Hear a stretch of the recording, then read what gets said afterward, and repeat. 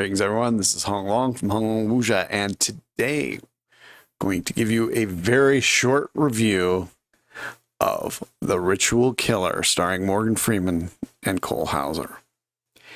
The one-word review of this film: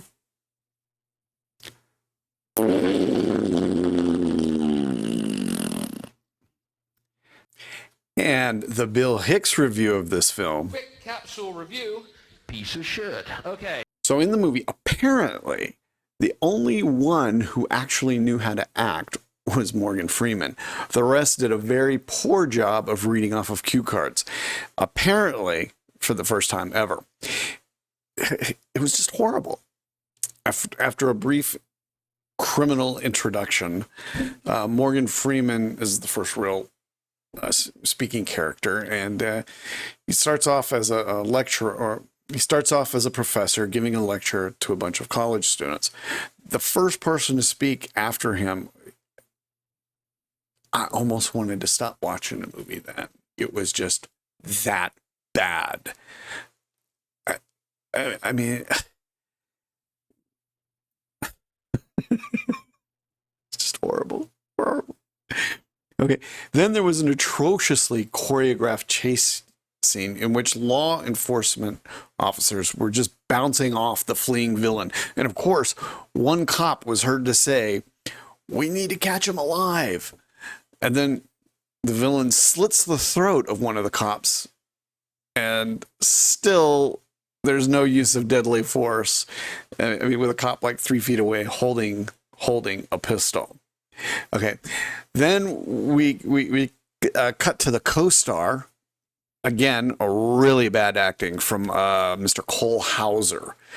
And then this movie came out this year, and we're supposed to believe that Internal Affairs are giving him a hard time, as well as his captain, also performed wretchedly by Peter Stormare, who's sitting in front of a 5-foot American flag hanging on the wall like a poster behind his desk.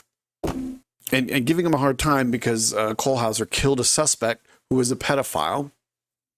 And the captain alludes to the fact that it may have been a revenge killing because something similar happened to Hauser's own daughter. You know, it's as if the last 10 years haven't happened. In what world do these filmmakers live? Seriously, what police force in what American or European city doesn't immediately exonerate the police killings? Which one? Which one doesn't immediately set out to cover them up? If it were for cell phone videos, not a single one would have ever been prosecuted. And even with video evidence showing people like the murderer in Ohio who jumped onto the top of a suspect's car, onto the hood of the car, and then emptied a clip, pow, pow, pow, pow, pow, right through the windshield. And then he unloaded, stabbed in another clip, and emptied that clip into the windshield. Okay. And meanwhile, this car was surrounded by police cars. Inside the car was the guy's kid and his wife. Okay, that cop got off scot-free. Or how about the cop who took pot shots at the guy trying to get out of his car after having an accident? He was also never charged. Or how about the entire police force in the Inland Empire of California, where they took turns beating a homeless man to death for sport? And not a single one of those officers was charged with a crime. The whole Dirty Harry shtick is seriously overplayed and is realistically completely untenable at this point in time. I mean, and given what has happened over the course of the last 10 years, it seriously calls into question the politics of the producers, directors, and the top billing actors. I mean, to posit the nonsensical claim that rogue cops, one, have a justification for assassinating suspects is in the first place fascistic. And then to claim that the powers in authority are coming down on them, it's fascistic to say the very least.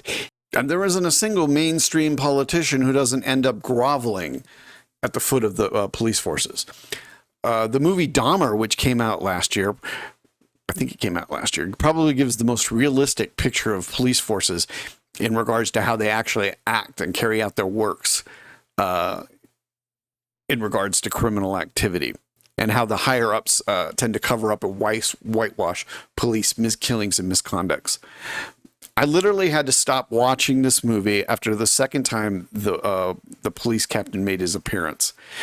I mean, besides the horrible acting, watching even the 5 or 10 minutes that I did watch was more